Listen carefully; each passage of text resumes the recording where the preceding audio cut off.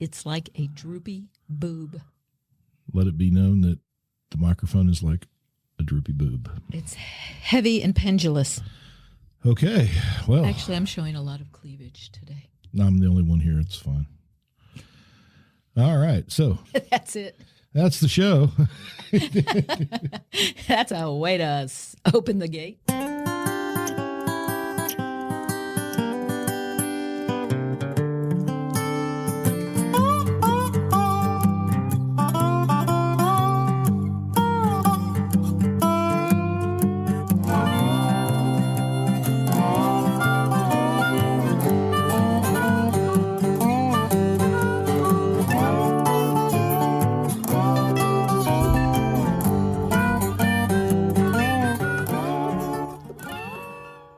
Greetings along in the bootites. You're making stuff up already? Yeah, already. Anyway, hey, this is the Long in the Boot podcast, the podcast coming to you from the heel of the boot of Southwest Louisiana. I am your host, G Long. Sitting across the way is Deb. Hello, all. Hello, Deb. How are you? I'm well. What you been up to? Gardening, veggie garden, watering everything because we're in a drought. Yeah, a drought. Feast or famine in Louisiana. And let's see, if you want to get a hold of the Long in the Boot podcast, the phone number 337-502-9011. You know, I think you can text that number too. I'm sure you could. Technology has gotten to such thing. If you have a phone number, I believe. Hey, what is that phone have? Unless you have one of those elderly phones. And the beetle, the bug, the elderly phone that clipper, does nothing. Cricket, it doesn't get on cricket. Cricket, okay. maybe. Anyway, email, of course, as always, longintheboot@gmail.com. You made eye contact and you lost track. I did. I like that. I did. All right, so it's been a interesting couple of weeks. School is winding down, folks. If you have little ones, and I'm sure some of you do, tag you're it. Yeah, first of all, and take it back. Told you. It's only 8 weeks. I'm never having kids, Mr. Long. Okay. Yeah, they all do, and they're adorable. There are babies coming out on my Facebook. Constantly. That's ridiculous. Yeah, they are all making their appearances. Prime baby. Wedding and baby and graduation. It's beautiful. You all are beautiful, beautiful people, and I enjoy seeing you. And I want to say this to everyone. Yes, your baby's the best looking baby. Okay. Yeah, well, it's just... how many times you look at that baby and you look at that face of the parent and you go, oh man, that is such a little identical. It just always reminds me of that Stephen Lynch thing years ago. It was like, damn, what an ugly baby. And it was just a beautiful, beautiful song about a really ugly baby. Well, we know that there are no such things. I don't know why you took it there. I was just complimenting all of our community. I wasn't talking about our community's babies. They're gorgeous. They're wonderful. I've hit the microphone twice now. Terrible. You're a little aggressive today. Yeah, Calm down, Amber Heard. You going to cry? By the way, I pooped on your bed. Oh, Bella. And since our bed is got that split, Bella didn't poop on her bed, no. Then if I do it on your side, then on my side is still considered unpooped on. Oh, because we have a split. Yes. Well, that's a technicality I don't want to talk about. And the war in Ukraine is still going on. Yeah, still a war. We're still sending lots of money to them. I saw predictions of Christmas as the end, or before perhaps it was August, surgery, and then there may be a coup. We're all just hoping that Putin falls down on the elevator onto a bunch of bullets. Well, I don't know why he has to come out of the anesthesia.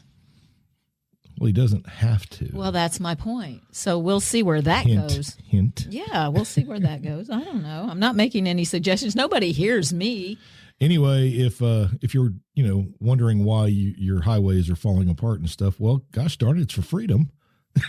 We're going to send all that freedom money overseas. Oh, yeah, there is a boatload of money going money to Europe. Yeah, freedom money. Oh, well.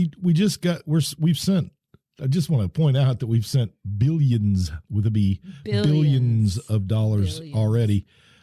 And Europe was slapping themselves on the back and saying, "Attaboy, good job," because they just sent $500 million. And people are losing their mind in America that they may forgive Ooh. $10,000 in 500 student million. loans. Wow. Look, if they forgive $10,000 in student loans for actual American citizens versus what we've sent to, You get in the student loan debate, though, then you get into all kinds of. Oh yeah, I know. I'm just making the comparison. When the coming economic collapse finally hits everyone. I'm even confused about that. Half of my my news is about the prices going up for homes, and everybody is in line to buy them. You can't, Yeah, you can't buy a home to save your life. Yeah, and the price keeps going up, and they just standing in line waiting to get one. Okay.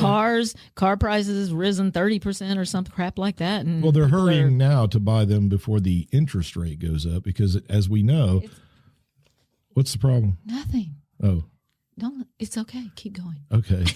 The interest rates are going. They want to beat that high interest rate because they're raising interest rates to deal with inflation. Well, yeah, but our money is worth less right now. Seems to have clicked to the fact that dollars again are like anything else. And don't take a picture of your groceries and put it on Facebook and tell me how much you paid. I know, bitch. Especially when you got 12 packs of Mountain Dew sitting in the picture. It doesn't matter what you're buying. I know. I go to the grocery store too. I'm not a robot. Anyway, it's too many dollars in circulation. It's that simple. It's too much money out there. Too much money. We're just printing it up. Printing up money like a madman for I told you that people that I knew that worked at the bank, the money's wet when it gets there. The ink comes off. It's so fresh. It comes off on your thumbs. It's still wet. I don't know what cash is, though. Yeah, what's cash? I know what it is. It's those hard round things I have to use at the car wash. Oh, yes, because it's love bug season, Louisiana. Yes, hey. You all know that, too, so get your scrubbers out. And everybody listening today, free love bug on your windshield. There you go. Thank you're welcome. That's what you're offering. That's it. Long in the boot gift of the day. You're raising the listening audience there with that, buddy. Some will get bonus love bugs. Okay. Did you have any actual, before we actually got to the topic, discussion for anything else? Do you have a story, an odd story? You know how you like to save those? Yeah, did you have something in mind? Because I'm drawing a blank. Oh, okay. Well, no, I didn't know if you had one. I was just making. I can always whip one out. You don't, wow. You see what I live with. Excuse me while I whip this. You're going to cut that out, aren't you? No, I'm not. Oh, don't do that to those poor people. They don't need that. They might have kids in the car.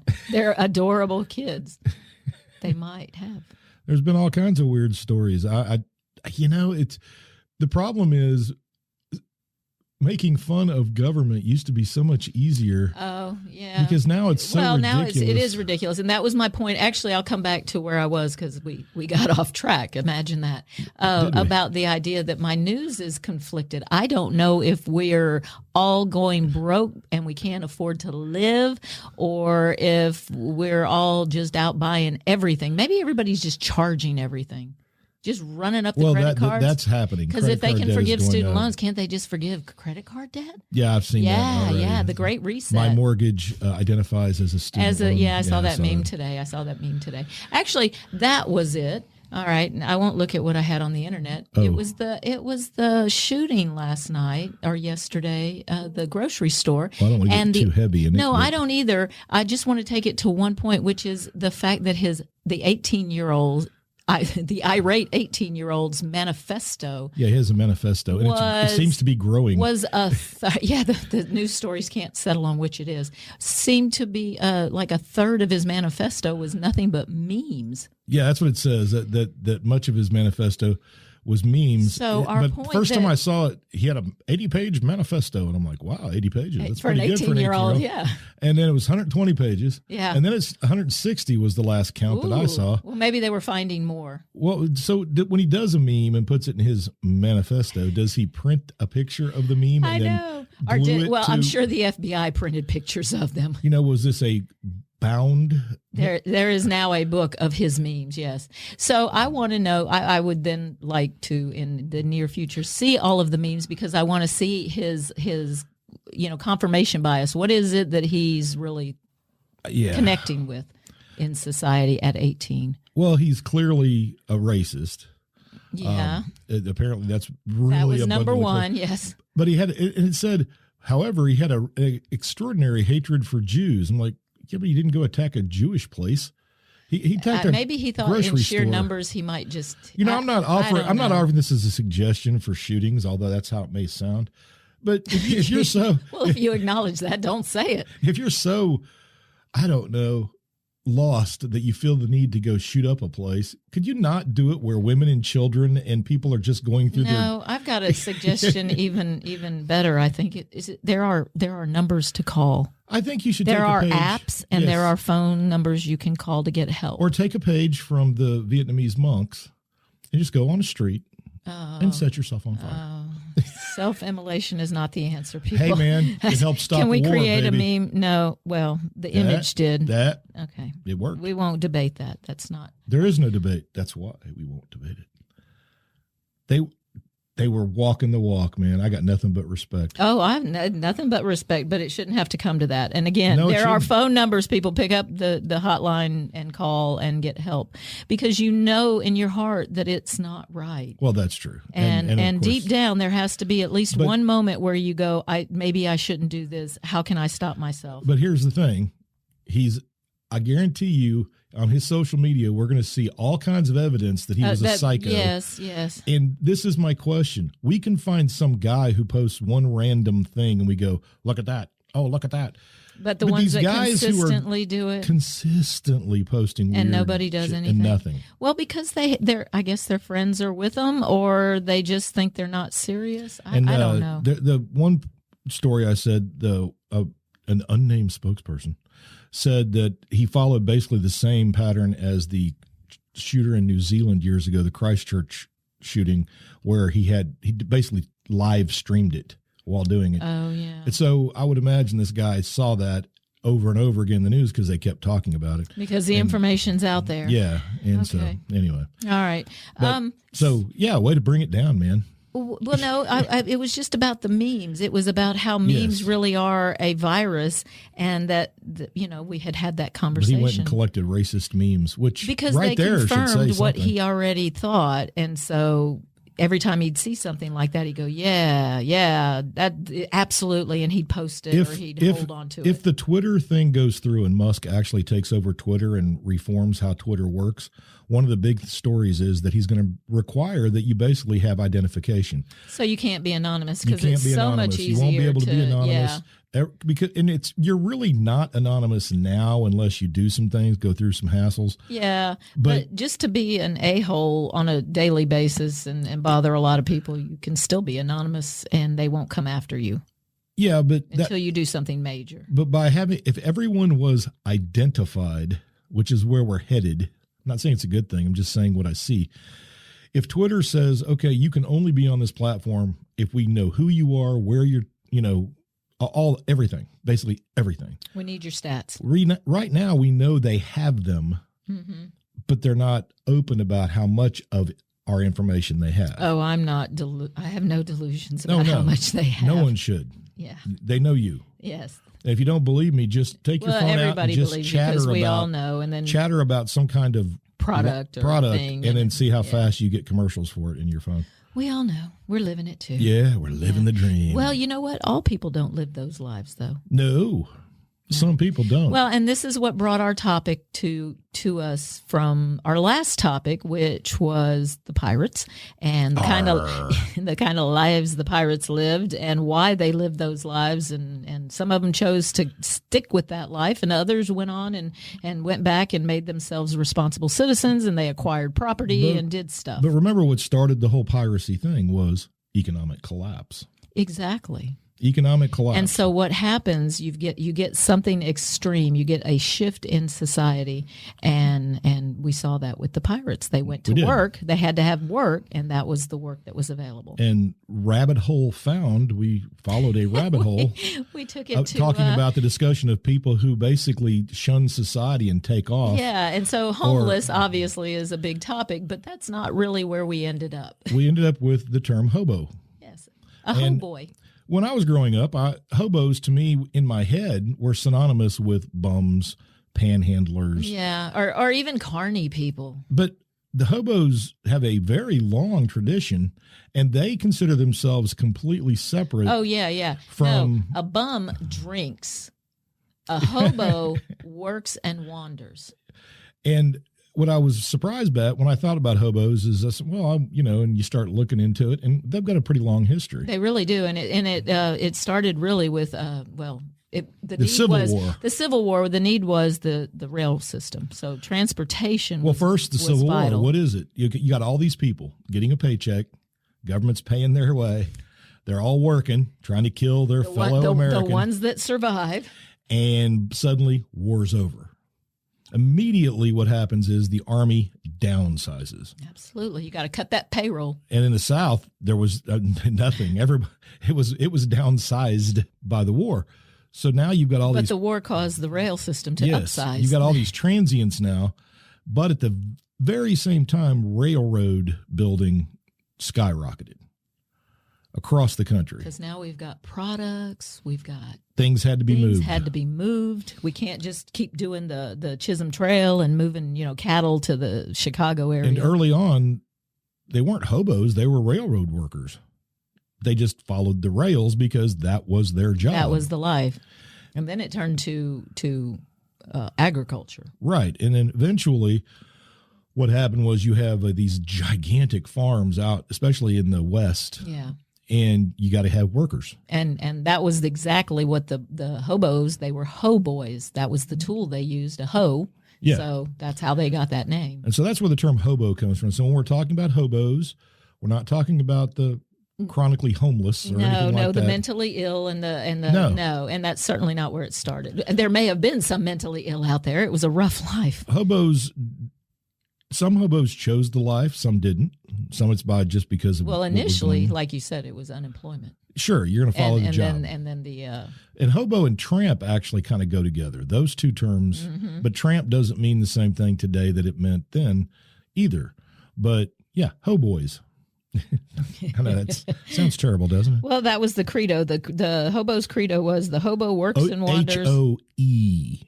Ho boys. Yes. The hobo works and wanders, the bum drinks and wanders. So goes the credo of the hobo. He didn't want to seem like a lazy, good for nothing. They were out working. That's right. And they were providing a service. Later in the 20s and 30s. Sure. You're still back in the. Well, I was talking about the Civil War, starting this idea of people who are unemployed have on a freight train. Yeah. And going and part of that is that nomadism, because we were talking about those kind of people, the ones who don't want to own anything. Look, even the homeless, when you see them, they have a cart, they have a lot of stuff. They do have things. Hobos had a bindle. Hobos, you can't do that. You can't run and catch a train with a whole backpack. They usually had a couple blankets, if they were lucky, a change of clothes. Yeah. And a hat. You got to have a hat. You need a hat. Got to have a hat. And a towel's helpful. A towel is helpful, but I would imagine, this could be sketchy. Because you're not getting a bath or a shower very often, which is of course why it's not a life I could live. In the past, though, you could. I mean, there's enough. Your bath would consist of river water. You'd stop along the. In the past. Sure. Today, sure. no. So psychologically, then there is a term, and those are nomads. The nomadism is. It's part of the individualism too. Yes. You can't tell me what to do. I'm just not going to. Well, even Tocqueville, when he wrote his stuff in the 1700s, when he toured the United States, he came over from France, and he said there's this sense of individualism with these people that's really Americans. odd. Yeah, we do that. He found it odd. He said they can come together as a community, but even within their community, they are independent within that community. Within the community, and I read some of that recently, actually, at school for something I was doing. And he was fascinated. He was fascinated by that, but it's really, I think that has changed in America. Well, no, we can tie that individualism though, because he said that's what made Americans special. Unique, yes. Was the ability to come together while still maintaining this idea that they were independent. They were still self-actualized themselves. And if you think about our military, that's how it works. Now. It always has. America developed, unlike Europe, where aristocrats ran the military from high up the chain of command. In America, the chain of command doesn't go very high. I mean, people can operate independently. Yes, you trust that your and soldiers we've seen that with Yeah. the recent, crap in the Ukraine. The Russians don't have that system. Well, and the Ukrainians are trained by. And now the Ukrainians have learned how to yeah. operate at the NCO level. Anyway. All right, so our hobos get to about the 1920s, and Well, we're moving towards the Great Depression. Great Depression. And so now we're going to have massive unemployment again. And not just unemployment, but wide societal changes. Yes, unlike anything they had ever experienced. At the height of the Great Depression, there were 250,000 teenagers living on the road in America. The country's economic collapse had destroyed everything in their young lives. Their fathers had lost their jobs. They'd been evicted from their homes. Even their schools went bankrupt and closed their doors. Like the millions of adults roaming the country between 1929 and 1941, thousands and thousands of boys and girls left home in search of a better life. Whether they were poverty-stricken kids or runaways, they crisscrossed the country by freight, following the harvest, begging at back doors, and growing up along the way. So these are like 14, 15, 16-year-old kids. Middle schoolers, ninth graders. Yeah, 10th graders. and that's terrifying because I know them. Leaving home, just hopping a train. And in some cases, made to leave home. Yeah, the one, and there's a guy from Louisiana that featured prominently in a documentary. We'll do his clip in a few minutes. Yeah, but yeah. But it's really stunning. Life circumstance. Look, man, I can't afford you. You got to go. Well, that's Monty Python. I've had to sell a lot of you for medical experiments. Will you get that one, Deidre? It's kind of frightening to think of an economic collapse in America so great that this happened. Well, but 250,000 it was a teenagers. Shock to society. And notice they were focusing on teenagers in that clip. Yeah, they really did. There were also about 300,000 adults. Besides. Mostly men, but some women. So you're saying 500,000 people, essentially. Yeah, a little bit over 500,000. And that was at a time when our population was maybe 100 million. I mean, so you're talking a big chunk of people. Oh, good God. Roaming the country on rails looking for work. And they were looking for work. They were looking for work because they had lost everything. And they were working people. It was really hard on their psyche to, as a man, know that you can't support your family. Right. That's devastating. And especially when you've done it your whole life. So the Great Depression. It's what you're raised to know you have to do. Right. But no safety net whatsoever. Yeah. If you lost your job, you lost everything. Yeah. So that we got FDIC, we got a lot of things out of this. But meanwhile, these people had to live it. That's right. And so what they did is they hopped rails and they migrated with the crops. Well, yeah, you follow the crops, but the problem is, of course, the railroad doesn't want them hopping their trains. Yeah, there is a problem with all of this. They got these guys, railroad bulls, and with basically truncheons and guns and dogs. and then kick you off, and they don't care how fast the damn train's going. They don't. They absolutely don't. No, and that's the one part of this that I could not figure out was during the Depression. It wasn't like they were doing anything other than riding. They were catching a ride.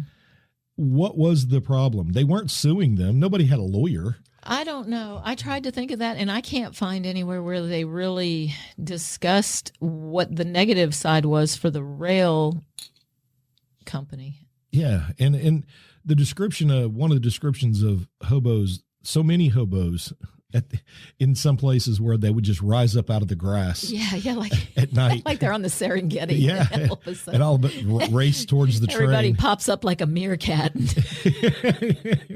and runs for it. He said, so if you can see the bolt clearly, the bolt's in the wheel. Yeah, in the wheel. If you can see the bolt clearly, you can jump.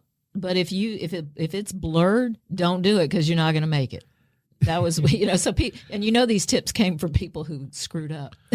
Well, after watching someone else screw up, because trains are kind of unforgiving. Yeah. Well, and I didn't realize what you had said earlier was that they were smaller then.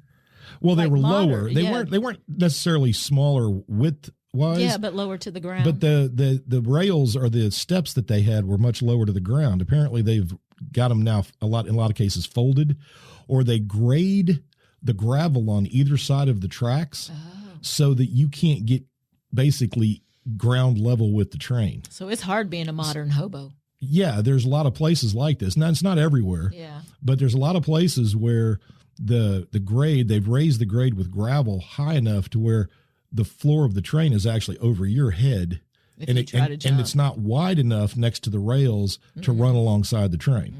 So they figured out another way. Well, you know what? That saves them money. They don't have to hire bulls and detectives. I bet they still got bulls. Yeah, in the rail yard, I'm sure. In the rail yard. In the rail yard, I'm sure they Some would. of the, what I was reading was hobos, people who did it just to do it. Yeah, like they had a life. And H.L. Hunt, the oil billionaire, when he was young, he had scored a big pot of money in a gambling thing, and then he just went on the road. And he trains. Well, and that goes back to that personality type. That I don't necessarily want to own things, because owning things, I mean, it's not an easy life to be a hobo, but is it a harder life to have a house and maintenance and cars and jobs and kids and all that goes with it? We read about the couple the other day that's living on a cruise ship. They just keep moving cruise ships. Damn, it was cheaper. It's because it's cheaper day by day. When they broke it down, it was like, well, shit. I know. That's a good deal. I don't ever want to go on a cruise, but Supreme maybe Court live Justice William Douglas was a bum or a hobo. A hobo. Don't call him a bum. Sorry. Well, we don't know. I don't know. Did he drink and wander? Or? Well, you can be a hobo and a bum. Yes, I'm assuming you could. Eric Severide, the journalist. There is a code, though. You know, they really do have a the code, a system and a code that is kind of strict, actually. Yeah, but I was they kind of help surprised by that. But they help each other too. Where was my code? You know, they would have. I had that, and I don't have it now. And first, since they were illiterate in the heyday, you know, that's where the code came, because there were so many of them. They would scrawl, you know, symbols on fence posts and train crossings, like to tell them information, you know, for travelers. Bird meant there was free telephone at the point where there were actually phones. Yeah. If you saw a cross, obviously, you know, you can probably get a meal, but you're gonna have to listen to. You're gonna maybe have to listen to a little gospel, but you know, hey, it's a meal and company, so you know. The hobo code, I was surprised, written in 1889. Yeah. National Hobo Convention in St. Louis, Missouri. They had a convention. They still do. I know. They still do. There's a hobo cemetery in, what was that, Iowa? Number 1, decide your own life. Don't let another person run or rule you. Individualism, baby, right there. Yeah. First one. Don't tell me what I have to do. When in town, always respect the law and officials and try to be a gentleman. Yeah. They're not out to be bad. Always try to find work, even if temporary, and always seek out jobs that no one wants. By doing so, you not only help the business, but ensure employment should you return to that town again. Wow. I mean, they got a bunch of them. Do not allow yourself to become stupidly drunk. Yes. Don't burn your bridges. Because you may need those people again. Oh, yeah. You're going to pass through here again. Do not allow other hobos to molest children. Expose all molesters to authorities immediately. Yeah, they don't. They are the worst garbage to infect like rapists any either. society. Yeah, they don't. Help all children and try to get them to go home. Well, in the 20s and 30s, they were children, as you said. Yeah, but they didn't view them as children. Our country did not view these 14 and 15-year-olds. I've got a letter. It's a girl who was married. Her husband was 17. She was 15, and they were on the road together. You know, and there were whole families too. And she was better at getting meals. Well, yeah, because she was a female. Yeah. Yeah. So he was using her, is what you're saying? No. The reason was because women who were home alone were much more receptive to a female knocking on their door. Yeah, absolutely. As opposed to a male. Oh, yeah. Don't come to my door. They would always try to get him to stay there, though, so they could try to get him home. That was always their thing. And So. Well, to try to help them, because in the end, isn't that what we are as humans? We're supposed to be here to assist each other. Yeah, that's true. Some of us choose to invade and destroy, but, you know, I don't think that's our purpose. I hope not. That would suck. Personality types. And there's still a hobo grapevine on the internet? Yes, because every, August, they have their hobo convention. Yep. and Britt, Iowa. That's where the Hobo Cemetery is as well. The dates last year were August 12th to the 15th. They have a king and queen. It's a whole. Well, they have a group that contributes to the Hobo Grapevine. I noticed it's in cell phone format, and you can't make it. So you can't make it wide because nobody has a laptop. You're not carrying a laptop. Last post was 4 months ago. I am sad to report Hobo King Iron Horse Brad caught the westbound. He loved the Hobo family. He was a musician, craftsman. He loved to collect Hobo memorabilia and enjoyed corresponding with the entire Hobo family. He hosted Hobo gatherings in Indiana. He was a husband and a parent. I visited him regularly. I miss a good friend, R.I.P. Iron Horse Brad from Mama Joe. Oh, that's nice. And they got a bunch of them like that, the westbound. So if somebody in the Hobo community takes the westbound, then they've died. They've passed on. Well, they all have nicknames. Everybody has a nickname. Well, sure. There's one here. I've got quotes from Dirty. His nickname is Dirty. Shorty. She began riding the rails in her 40s. That was the first time she caught a train. Her father was a hobo. And Connecticut Slim was his name. I like that they do a eulogy and they remember fondly all of the things about that person. Well, apparently the pandemic took a big cut into the hobo community. I'm sure because they're all older. Yeah, they're older, or they not. I mean, I don't know how many young people would consider trying to. Well, be they're saying here that a lot of the young ones now. Okay, let's see. Hold on one second. Hobo numbers dropped in the post-war era, but rose again in the 70s and 80s. And at that point, we had disillusioned Vietnam vets beginning to do that. Some of the vets formed a notorious Freight Train Riders of America. It was a drug-fueled rail gang accused of beating and murdering hobos that encroached on their turf. Today... Leave it to people to screw it up. Yeah, today we've got young kids, dreadlock and painful piercings, amateur tattoos.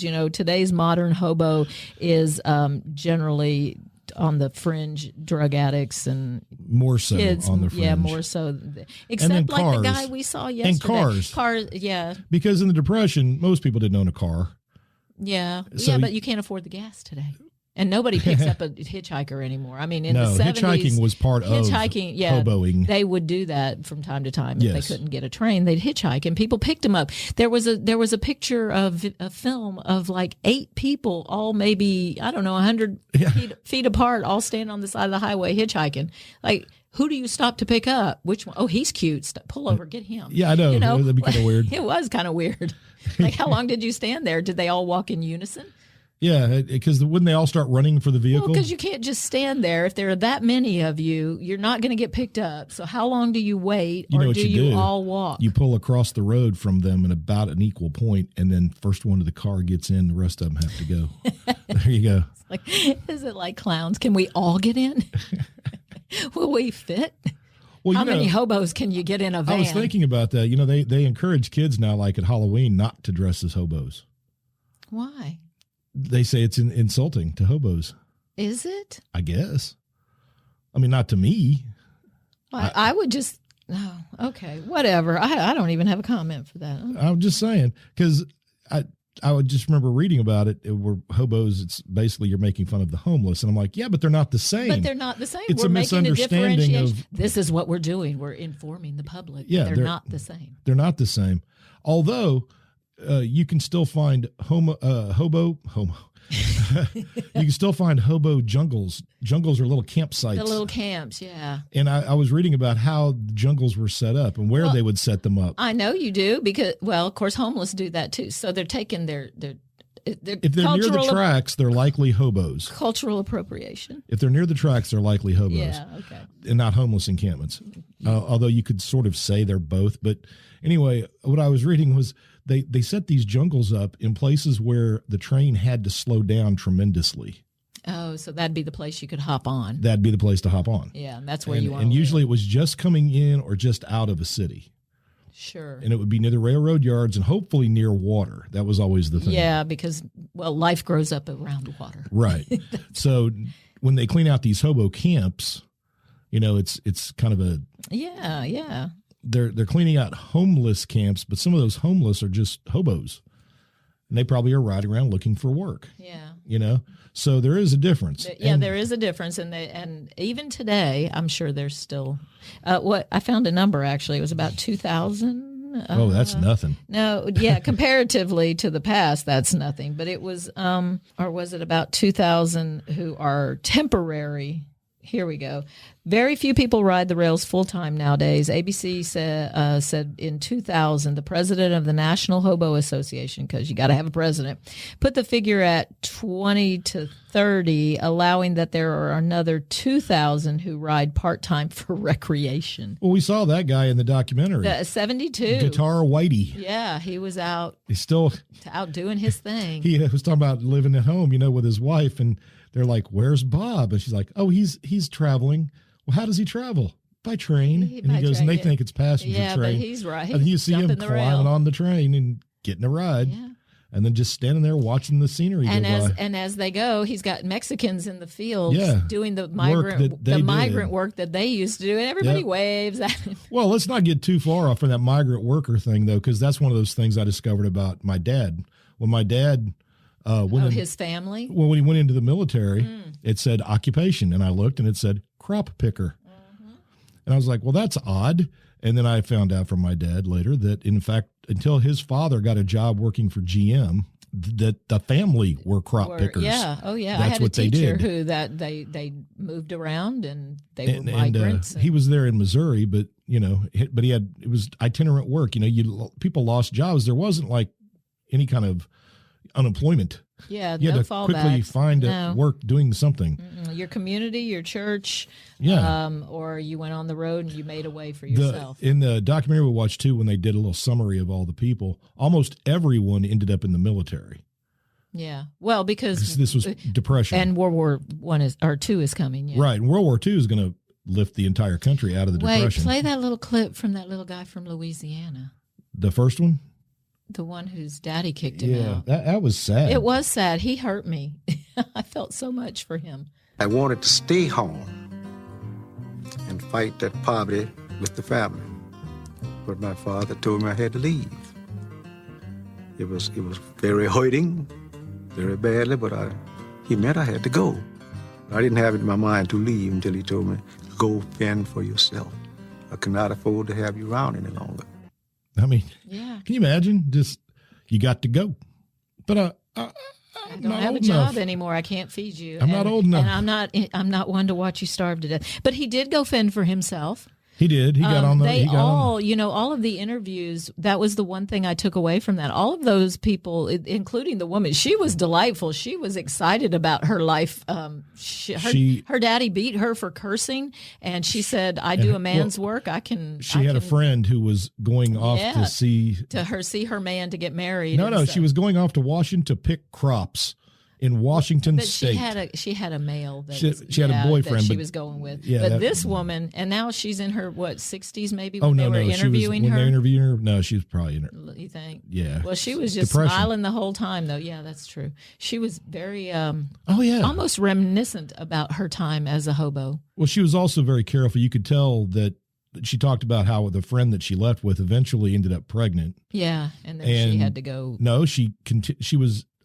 She was already pregnant when they left. That's right. She said that. And she hid it. She goes, I don't know how she carried that baby because she made tumbles as she took off the train. Yeah, and not eating regularly. But then they ended up in Wyoming at a giant rodeo called a Stampede, and they were behind the gates, and she met a cowboy. Yeah, that was. And the next day they got up, and the girl told her friend, she goes, "Well, let's go." And she goes, "No, I think I'm going to stay with the rodeo." Well, she had to nest. She found a man. So there was the difference, right? The two personality types.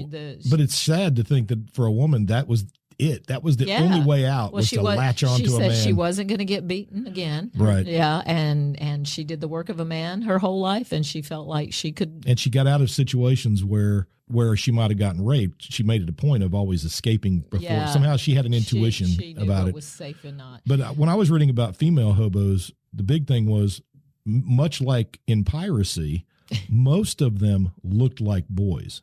or the road. disguise themselves like They that. They disguise didn't themselves accentuate their female at all. attributes. No, It's the worst why thing would you could do. Yeah, why would you? And in fact, they had that movie, and that was one of the things that's kind of interesting was that the government was so concerned about all these teenagers getting on They were trains. getting scared. They had a brilliant idea. We'll get Hollywood to make a movie about the dangers of living on the road. And Hollywood said, we got you, man.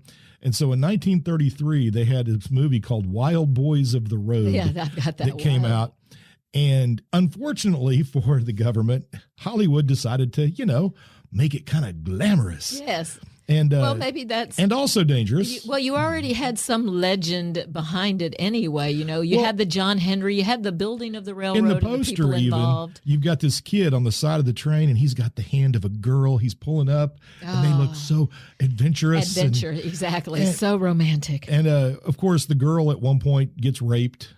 This is pre-code Hollywood, by the way. Well, when we saw this, it was like, oh, it's the reefer madness As we for all hobos. know, once they developed the code Hollywood, rape stopped happening across the country. Pre-code, they could still do rape.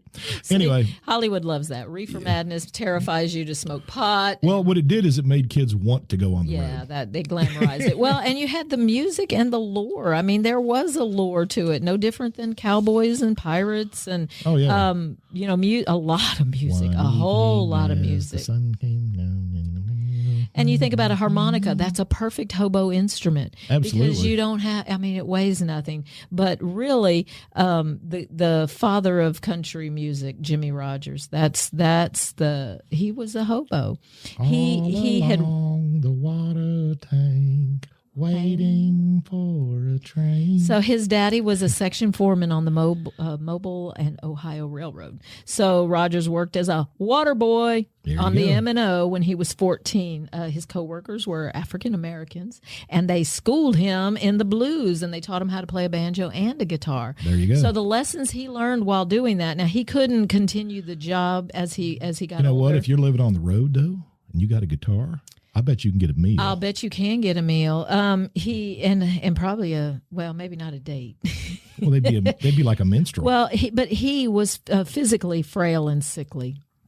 So he had to abandon his career as a railroad employee when he got to about 24, and then he got tuberculosis. So those two things combined, but his stories and his melodies, thank you, that he learned while working on the railroad was his new career, right? So he made a name as the Singing Brakeman. That's right. From 27 to 33. He died at 36, and at that point, he had recorded over 110 records. Yeah, his guitar. Who did his guitar go to? I forget. It doesn't say. No, there's somebody who got his guitar. And I don't have it right here handy, but Maybe Bob Dylan? no. Bob Dylan's the one who, let's see. Who got Jimmy Rogers' guitar? I don't know. I don't know how you can find that information out. Maybe there's some way. So, of course, Big Rock Candy Mountain and Waiting for a Train. That's that loneliness of 1,000 hobo life. miles away from home, sleeping in the rain. You don't have to sing it for us. Walked up to a brakeman. Damn it. I'm sorry, just community. to I shouldn't have give done him that. a I knew what I was line in of for. talk. He said, if you've got money, I'll see that you don't walk. All right. And I'm not going to yodel. Thank you. You're Right. welcome.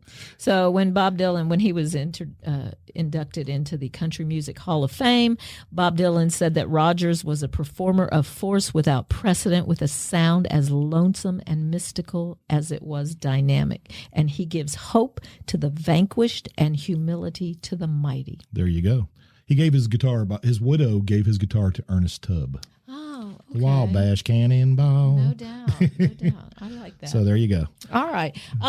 So Oh, no, we want to talk about what brought hoboing to an end. Oh, all right. Jobs. Well, World War II, but no. Before World War II, though, I thought this was interesting. Hang on one second. This may be the wrong clip because I didn't mark them, so hang on. Good luck. Thank you. For African Americans, Wrong clip. He was talking to us. He said, Here we go. You want to know where we're doing, what we were doing? And This guy explains thought, it. well, we might stay with the carnival. He says, no, you don't want to live with the carnival. That's no life for your kids. And then he told us about a thing called the CCC camp. Well, you go back home, and this is the thing, Roosevelt's starting this thing, and you can go off into a CC camp. And I said, what? The Army's running this thing? I'm not having any Army guys push me around. Thousands of jobless boys jump at the CCC offer of a decent living and money to send home in return for their labor. Young transients who could still provide a home address and get a signature from their parents were able to qualify for the Civilian Conservation Corps, where they could work for 6 months of food and shelter. Within a few months, 240,000 raw, nondescript lads are pouring into 1,200 camps all over the country. Opinions differ on the CCC as an American institution.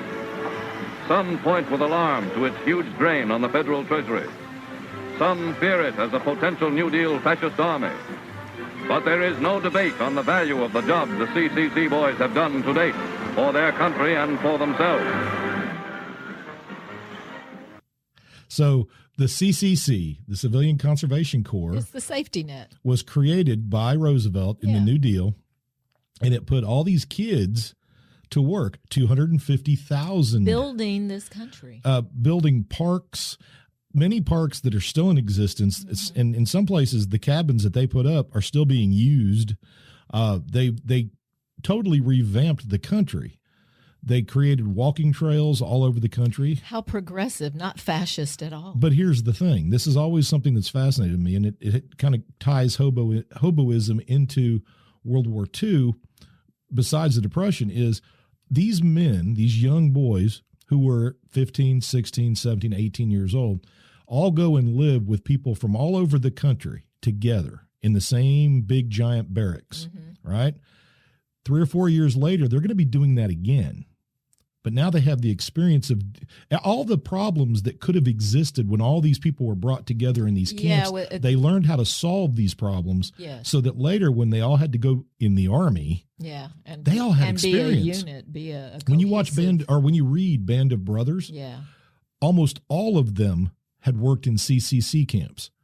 So they already had an Army sort of mentality because of that. So they're independent, but yet they can work as a team. Right. And so it helped. It tremendously helped our efforts in World War II. It was a form of socialization that they weren't getting because they weren't part of a home family. And it wasn't part of a fascist army.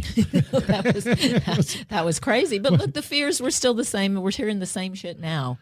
Yeah. The same terrifying, it costs too much. Look what it did for this country. Right. The CCC was huge. Well, then this does kind of connect to what you said, because it was the point of why we need nomads in society, why we need people with that mentality, not just the I'm going to acquire things, I'm going to settle down, I'm going to live in one place, and I'm going to get a bunch of stuff, and have all these people. With stuff. And I like to be home because this is where my stuff is, but I grew up more nomadic than anything else. Well, I did not.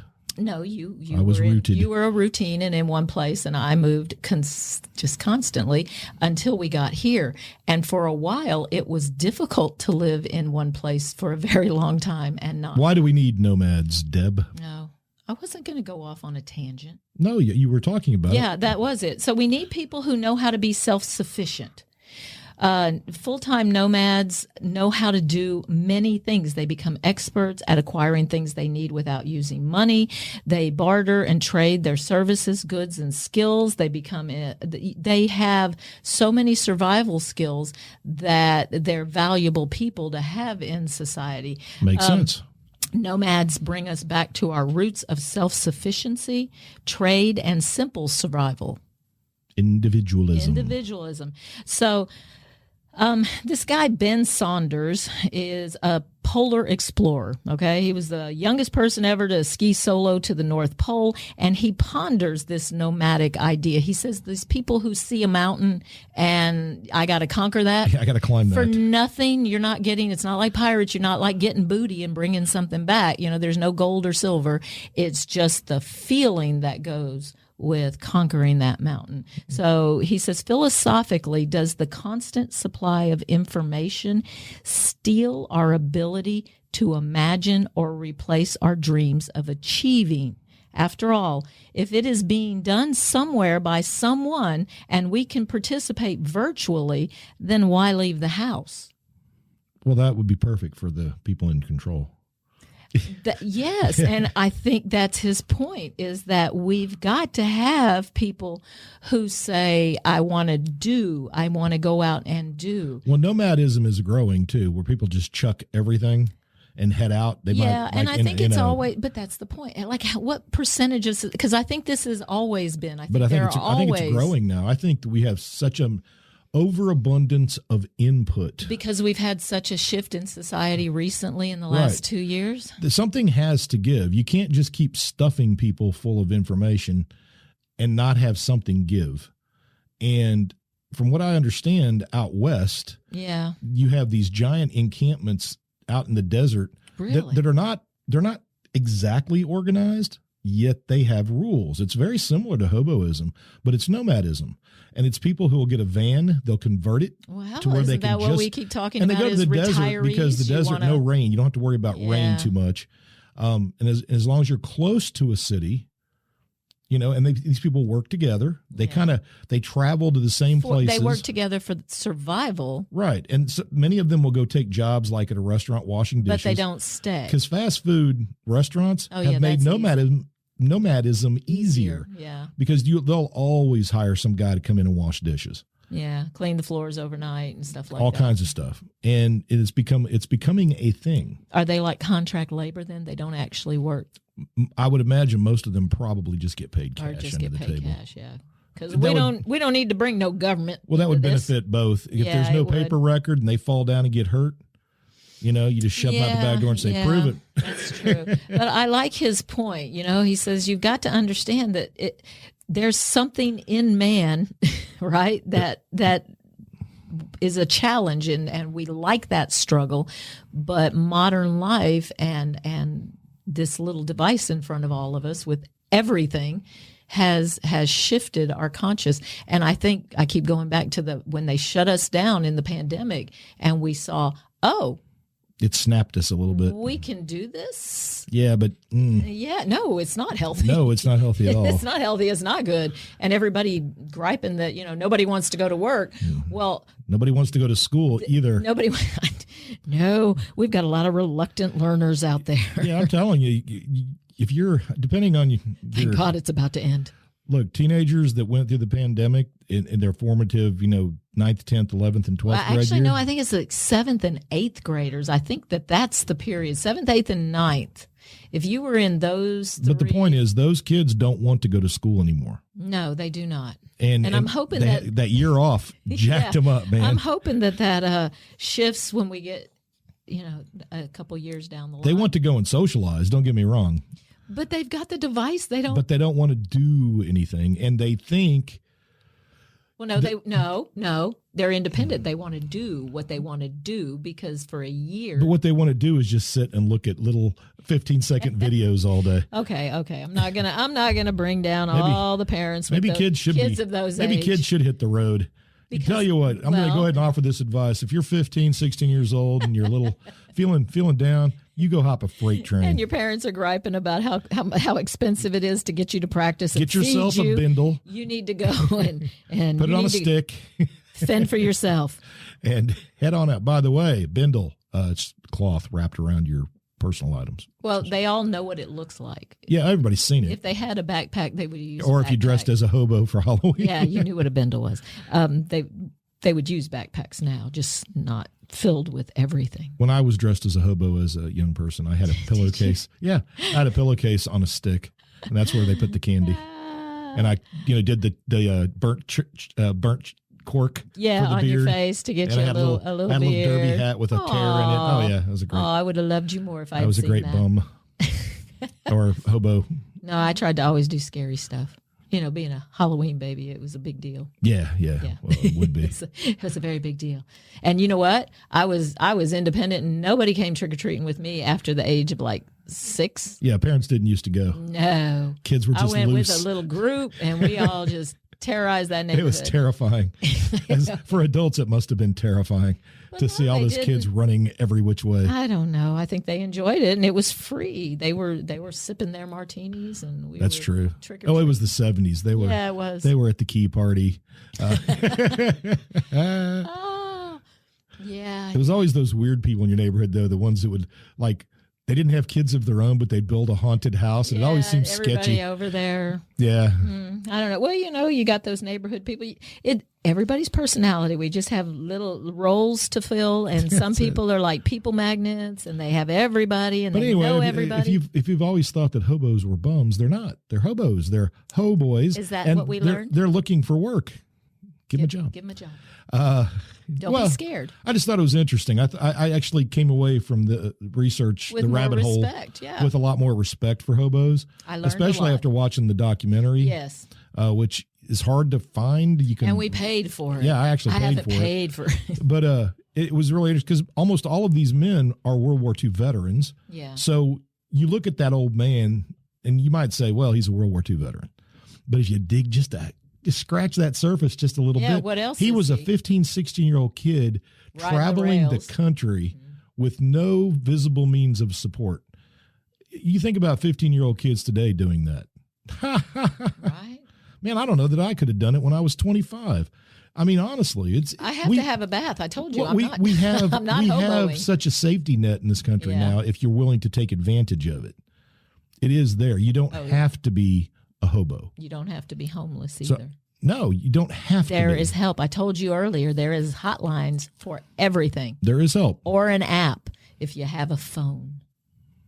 Well, most people have phones. I guess. But I don't know how that works. Fringe people, I don't know. I've seen homeless with phones before. I have too. Not regularly. Well, I'm going to be honest. When I see somebody with a sign that is asking for money at a street corner and they're looking at a cell phone, Yeah, you're not. I'm not anything. giving any money to that person.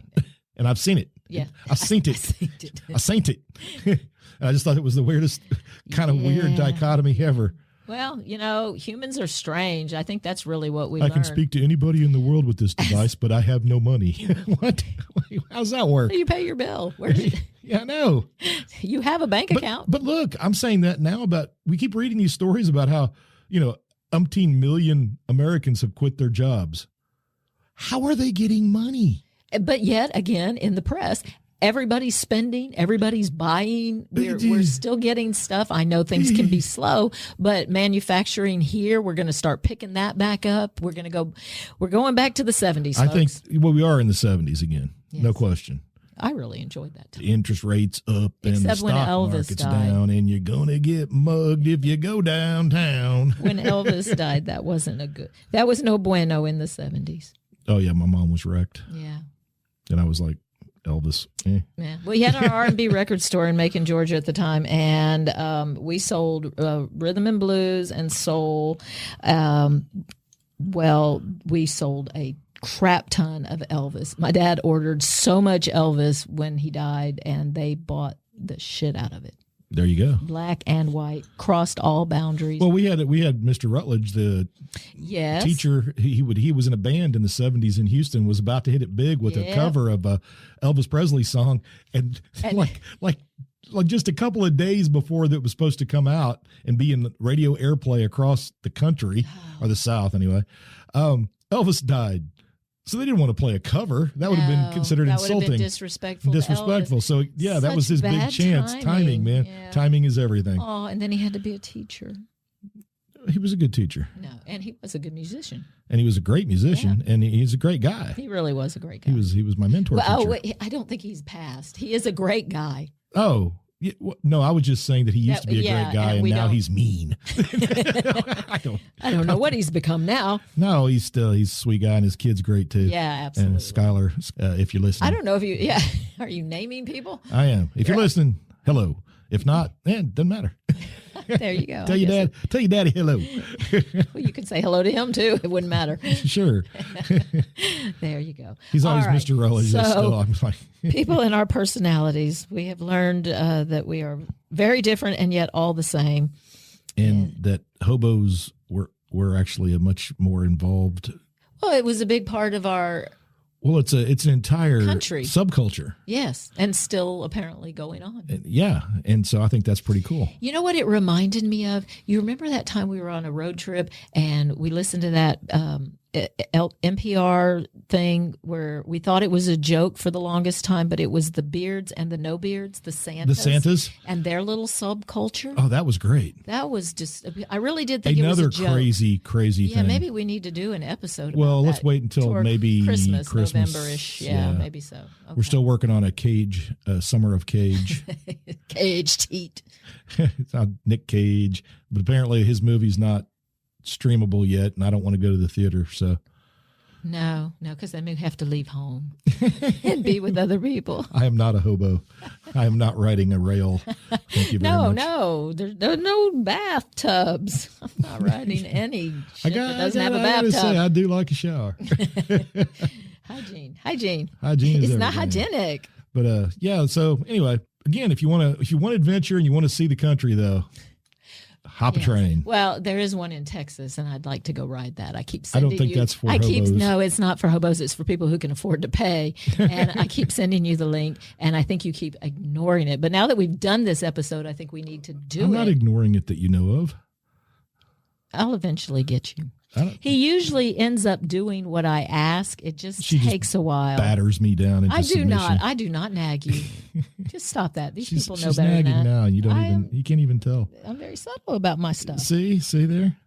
I'll get it. And then you'll have to talk about it, and I'll say, see, he did what I asked. All right, so are we going to wrap it up at this point? I guess we should. We probably need to, I would think. Probably. And let's see, because we got people graduation happening this coming week. The grads are going to do their thing. Our grads are going. My seniors. I think the I will SBH South Bow grads. I will miss happened. nearly all of my seniors. Oh. Let them figure it out. Okay. That's always a joke. Your seniors aren't listening to you. I know. They don't care anyway. They don't care. All right. All right. So it wasn't community, you go out and you do the things you're doing and keep on living and trying to fill those gas tanks. Your joy is portable. Bring it with you. Along with a gas tank. And a gas can.